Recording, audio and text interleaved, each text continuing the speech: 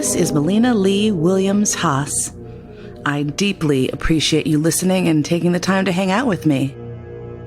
I will be addressing issues of life, the universe, and everything that are often bogged down and mired in shame and grief, and talk about how they can be repackaged to be useful and gorgeous and fucking awesome for you.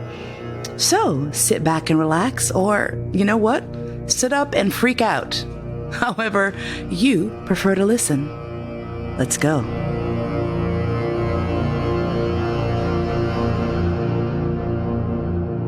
I think until you have spent 3 fucking months on the goddamn road, you cannot truly appreciate what it means to sleep in your own bed. Now, I understand the privilege of having a home. I understand the privilege of having the ability to travel for work. All of these things are amazing and wonderful, and furthermore, exhausting. Hey, you guys, I'm speaking to you from my own fucking home for the first time since early May, and I have a lot of feelings about that. I hope that you have been enjoying the past few episodes over the summer. It was a trip, y'all. I'm going to be honest and say I have not even listened to a single episode that has been posted since we left. So I had a bunch of classes. I had a couple of chats with wonderful friends, all of this, and I am just walking away and leaving it all behind in the rearview mirror because of my unbelievable exhaustion from having done all of that. So I think this episode is just going to be like a quick hi to sort of try to reorient myself and check in and see how y'all are doing. So how the fuck are you doing? How has your summer been? I will tell you that living and traveling in Europe was really fascinating because so much of what grabs the headlines in the US is obviously our own shit, because we don't really care about anything else. Even the war that's happening, the unrest in Western Africa, all of this seems to just sort of be folded under a thick blanket of bullshit in the US. Whereas in Europe, you get more local stories. So the terrible fires in Italy, the insane amount of landslides and rockfalls that are happening in the Alps and other mountain ranges due to the impact of decades and decades of managed forests. They manage the forests well, but there's only so much you can do when wood is such a valuable commodity and there's so much turnover, and so you have no old growth forests, so you have mountain ranges that are not ready to absorb astronomical amounts of rainfall, and then you get mudslides, and you have also the balance from the lack of snow over the last couple of seasons, so you have entire villages that are out of business essentially because there's no snow. So you're like, that's the news that's sort of overwhelming things when you're traveling in Western Europe. And my journey, so much of it was dedicated to making sure that I was there to support the Spousmeister in his work. But for the first time traveling in Europe, I also had a shit ton of stuff. So I was teaching in Vienna with some wonderful, amazing folks at a new venue called The Crucible. If you are traveling through that part of Europe, and you're kinky and you want to do kinky shit, I highly recommend looking them up. The Crucible Vienna, and an amazing group of queer, positive, all ability friendly folks who are trying to get the space off the ground. So support them if you can. They're amazing. And so I was put in touch with them by a friend, Sarah Ablinger, who is an amazing advocate for all sorts of causes and just an amazing human being.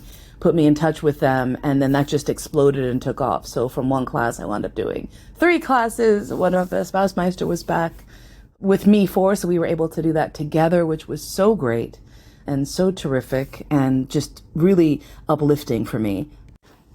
It's definitely cool to be invited places to speak, and I love doing it, and I can't get enough, especially now that I am over my idea that I need to do my teaching and my lecturing completely within the context of kink and BDSM and leather events, because that can be so tricky and so difficult to navigate for me, especially with all of the attendant drama. Because when you have humans, when you have people, when you have any sort of subculture, there's going to be drama, there's going to be interpersonal conflict, all of that. And I am just so tired of that. part of the reason that I decided when I ran for International Ms. Leather that I was never going to do that again. I was never going to run for a title because, oh my God, very exhausting. And for what? And then, as some of you may know, Supastar and I attended a leather event that is specifically a title holder event for people who are in master and slave dynamics. And he was very moved by this and very touched and decided that he wanted us to run. And it's already proven to be like a little spicy in terms of people's opinions on that, people questioning my motivation for reversing my decision, and it wasn't my decision. I love the fact that so many people in power exchange relationships or living in this lifestyle, when shit actually happens, like someone has to do something due to the will of their owner, suddenly it becomes about like, oh, you're going back on your word. You're clearly unreliable because you said you were going to do something and then you changed your mind, which is just a few years back. For example, I was invited to speak at a conference, and at the time Georg was going through it and he wanted me to cancel. He did not want me to go anymore to this conference. And so I contacted the organizer and I said, look, it's a PE thing. This is my owner. This is what he wants. And this person like literally tried to blow me up, like went to a group, like a private group of people who are event organizers and did this whole, like, I'm not naming names, but gave enough information that clearly I was identifiable. And then was talking about how terrible and unreliable a human being I was. What was ironic is he came back to me actually and said later that people were actually saying, you know what, that's actually not cool. She explained to you what the situation was. I'm just really underwhelmed by the fact that so many people in these communities want to pay lip service to certain types of relationships and then disrespect them when they see them in action, right?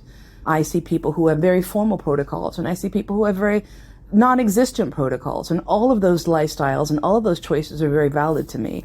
And yet there's so much judgment, and there's so many people who want to come in and say, well, that's not how you do this. And it's like, motherfucker, we're supposed to be sexual outlaws. How the hell are you going to tell a bunch of sexual outlaws how to conduct their relationships? And why? Why do you fucking care? Anyway, this conflict between seeing people who decide that they're going to dictate how power exchange relationships should be, and those of us who feel like we really need to be able to decide our fate on the fly and not take into account how this may appear to other folks when we're just finding our bliss, is part of the motivation and the root of the motivation for the Spousmeister wanting to come in and run for this title. So that's why we're doing it. And yeah, it'll be fine. It'll be great. Because the reality is, if we run for this title and we're not given the title, what that just means is that who we are is not what these folks want to represent what a master and slave relationship is, in which case that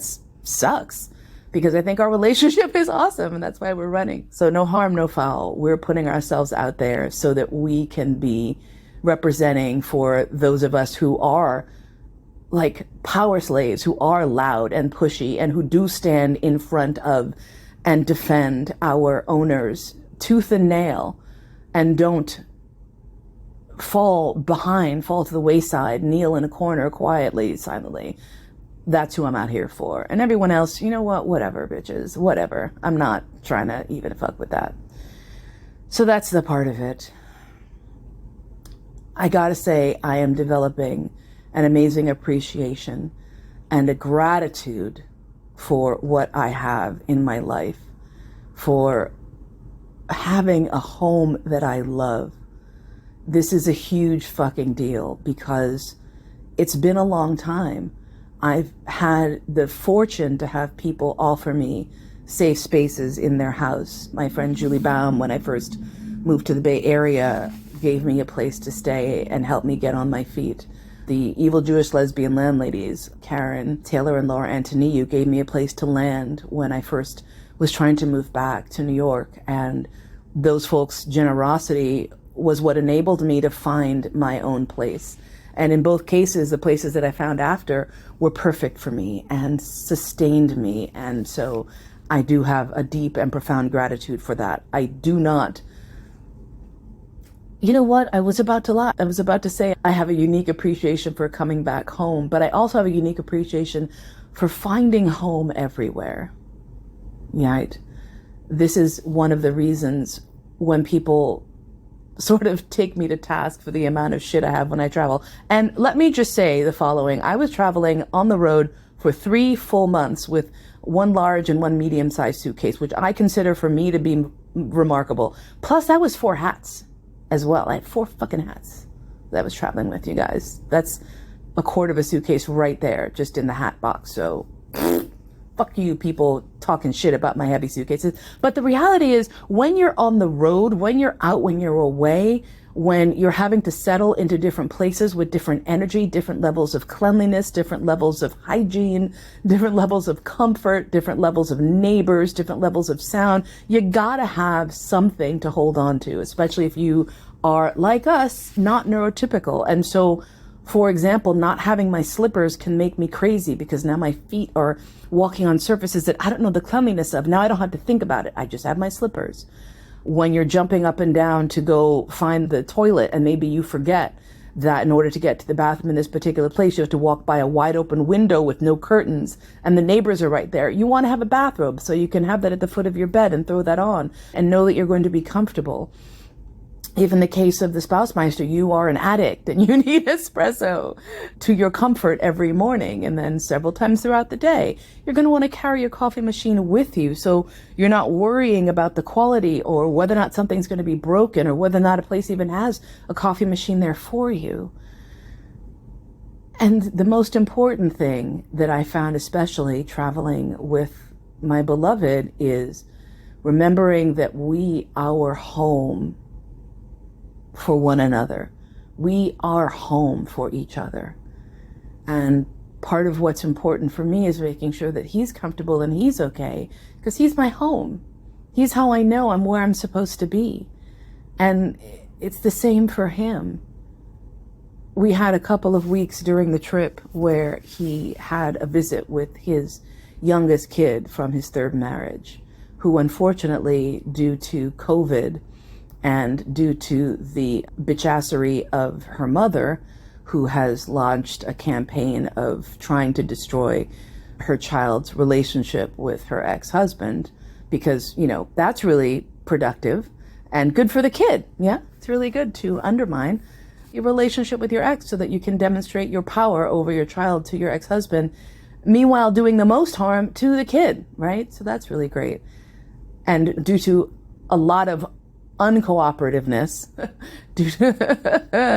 he was not able to see her through the pandemic because she was in Japan and their rules were insane, and you really need to have someone on the ground there who's willing to help you through the quarantine, the way the quarantine was set up. Someone needs to assist you in terms of getting food and all of these things, and she was not willing to do that, so he did not see her. Now, whether that was the influence of the mother or whether that was teenage angst, who knows? But he did finally get to see her, and that period of time took place over what would be the celebration of my birthday and our anniversary. So we were apart for that, which really bummed me out. But I was really glad that my dear and wonderful friend Rebecca came to hang out with me, so I was not by myself on my birthday, which was nice. It's nice to have someone there supporting you. And it was also interesting to realize how quickly I missed him. Because on the one hand, I feel like, oh my God, I see you all the time. Whatever. Go, fine, be with your kid. But then after 4 or 5 days, I was really feeling bummed out, like I missed him. And it was not just him. It was home. It was the sensation of having my person, the scent of whom I know, the sound of whom I know, his breathing I know at night. And these are all things that comfort me and let me know that I'm okay in the world when the world is not okay.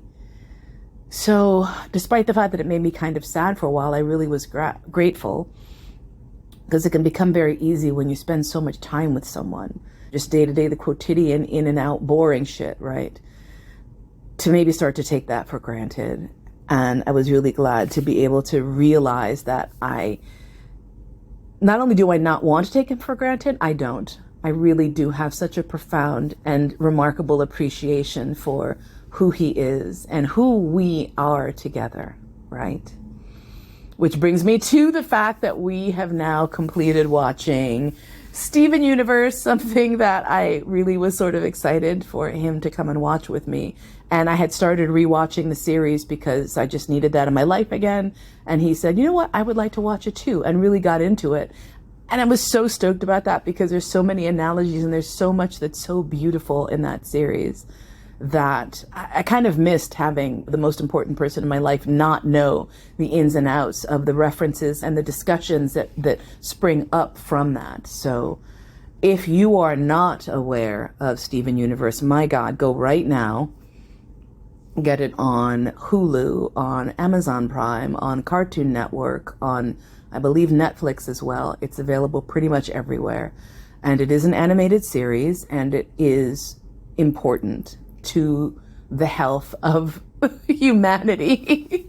And I'm not fucking kidding, for real. There's so much about this series that really is just emotionally and spiritually healing. And it was so beautiful just to watch it with him and to have that experience again of seeing it for the first time and understanding so much about a cartoon that's about chosen family and about love and is irretrievably queer and feminist and all of the things, and musical and all the things that I love.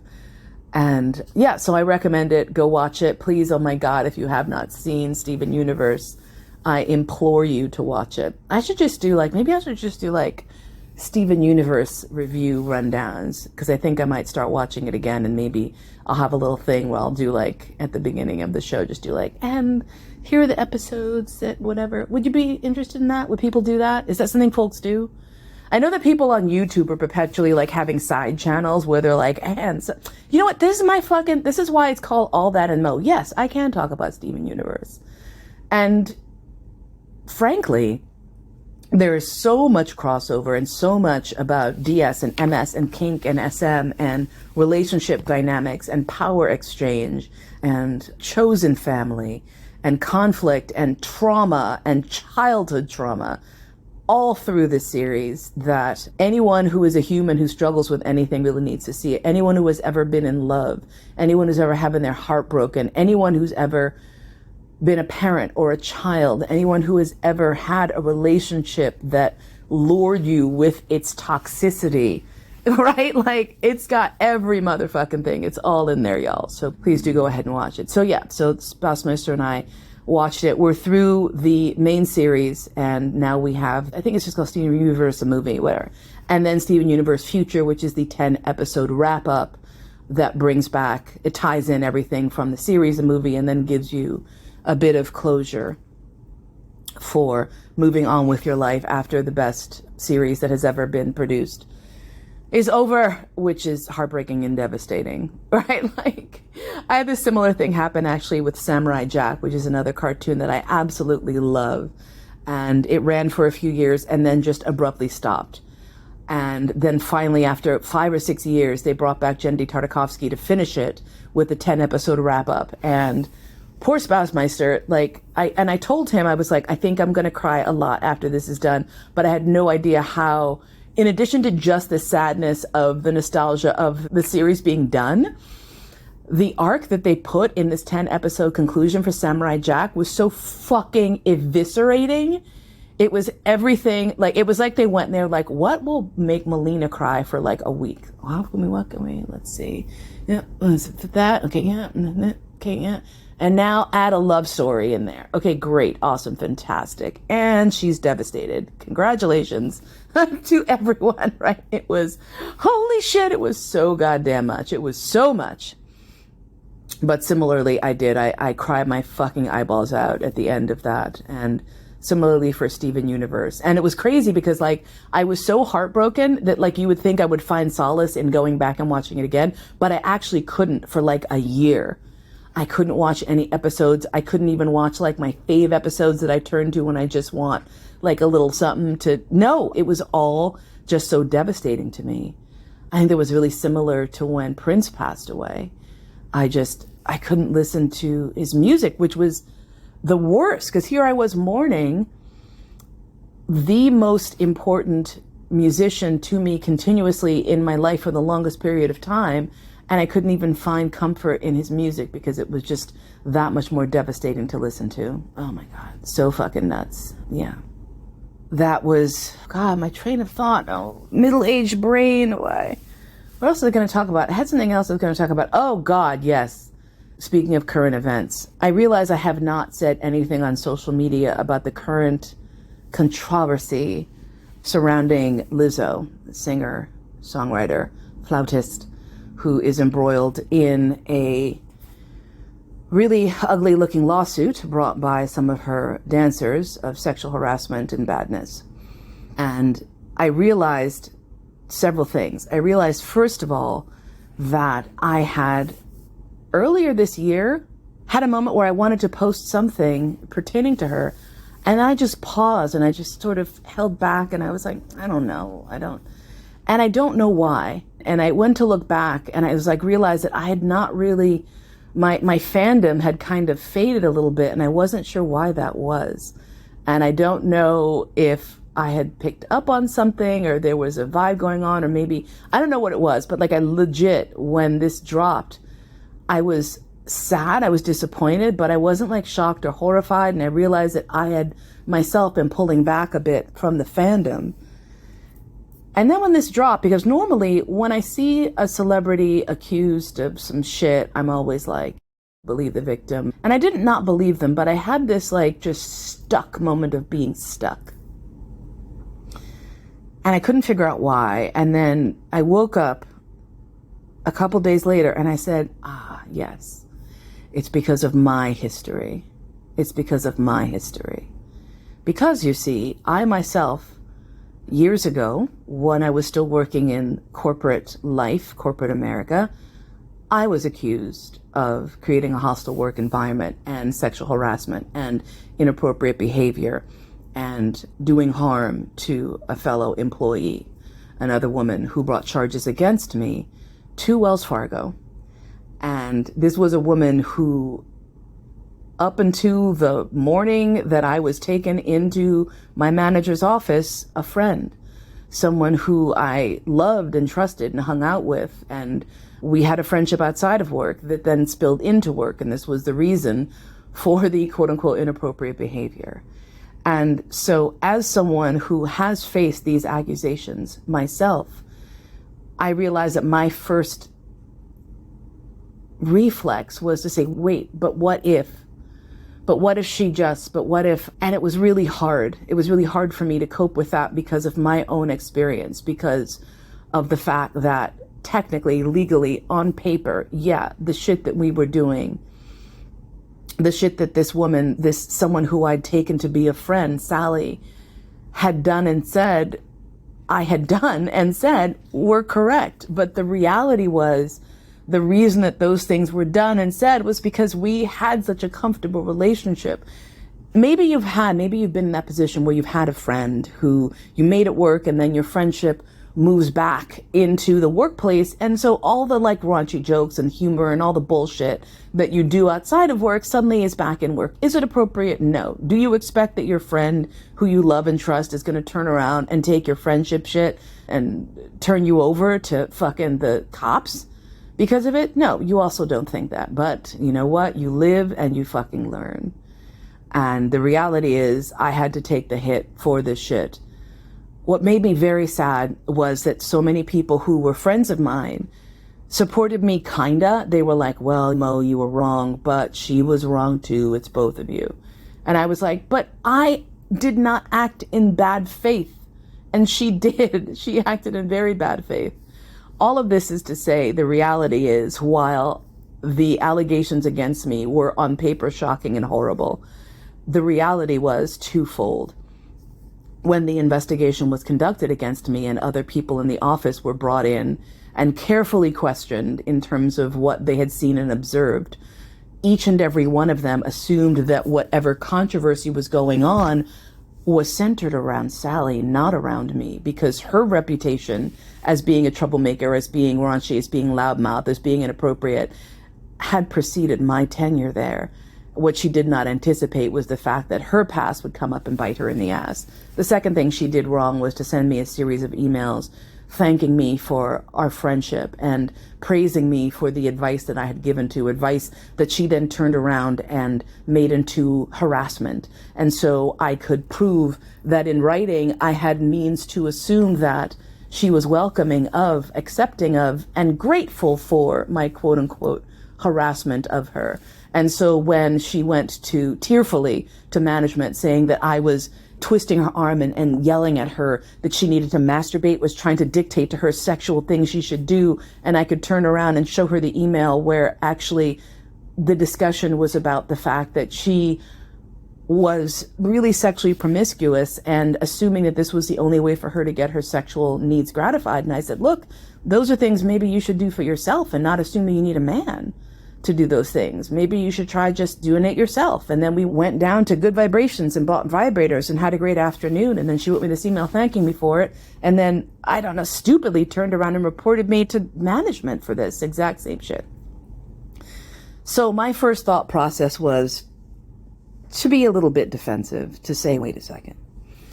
But the reality is, in my case, I was not a wealthy and powerful woman who was in charge of essentially the financial destiny of this other person. In fact, I was, in terms of structure, subordinate to her. She had more seniority than I did. She had supervisory power that I didn't have. So to create a hostile work environment was not necessarily something I had the power to do to the degree that I was being accused. So what happened? Ultimately, what happened was, while it looked like on paper I should have been fired, and that was what she was trying to do, this woman was trying to get me removed from the office, I received a very strong warning. I was escalated directly from verbal to written to second written to final notice. But I was not fired. And in fact, she was also written up herself and received a reprimands for her behavior. And rather than leaving and crawling away with my tail between my legs, I stuck out my suspension and I came back to work because I knew she would not be able to ever fucking face me. And the day I came back, she went on sabbatical and never returned. And the day her sabbatical expired and she was released from work, I then handed in my resignation to my boss. I stayed in Wells Fargo though. I just moved to another department in another city. So that's the end of that story. And that's the very short version. And perhaps this is yet another thing that I'll go back and expand on one day, but probably not, because it's just a gross and dark, nasty section of history of my life. And it's also part of the reason why I took pause when I first heard the stories. And I said, I hope it's not. And then I realized that the fact that her immediate PR move was to deny all the allegations versus saying, maybe there was a miscommunication, maybe something happened, I felt might have been a misstep and further buried her in this mire. So we will see what happens. I hope that she is able to grow and learn from this because she has such an amazing talent, and it would really suck if it's buried under this and she does not learn how to grow, apologize, move forward, take the hit, whatever hit is warranted. Ooh, but man, that sucks. So I guess that's my wrap up for now. I got a bunch of other shit in the works coming up, so I'll have some more episodes in the can soon. God, how I missed being able to just sit casually and do this without having to scramble and figure out this tech and that tech and everything else. I love you so much. And I hope that you are doing whatever it takes to stay as close to sane as you can. Whatever that even fucking means, right? I don't even know what it means for myself anymore. But a lot is going on out there, y'all. So please be gentle with yourselves. Please be kind to yourself. I'm saying this also to me because I am a fucking brutalitarian against myself. I am a maniac. And I need to be nicer. So if I need to be nicer to me, probably some of y'all out there need to be nicer to you. So I want to take a deep breath and remind you to hydrate and to take a bath when you can, take a shower, soak yourself, rinse off, get all of that negative energy off of you, and put the positive energy of me loving you from far away into you. You feel it? Oh, yeah. That's it. That's me. That's me right there. Ah. I love y'all, and I will talk to you so very soon. You've been listening to All That and Mo. Thanks so much for spending your precious, precious time with me today. My podcast is produced by Cody Crabb, theme music by Georg Friedrich Haas, as performed by Marcus Weiss. And I look forward to spending time with you again really soon.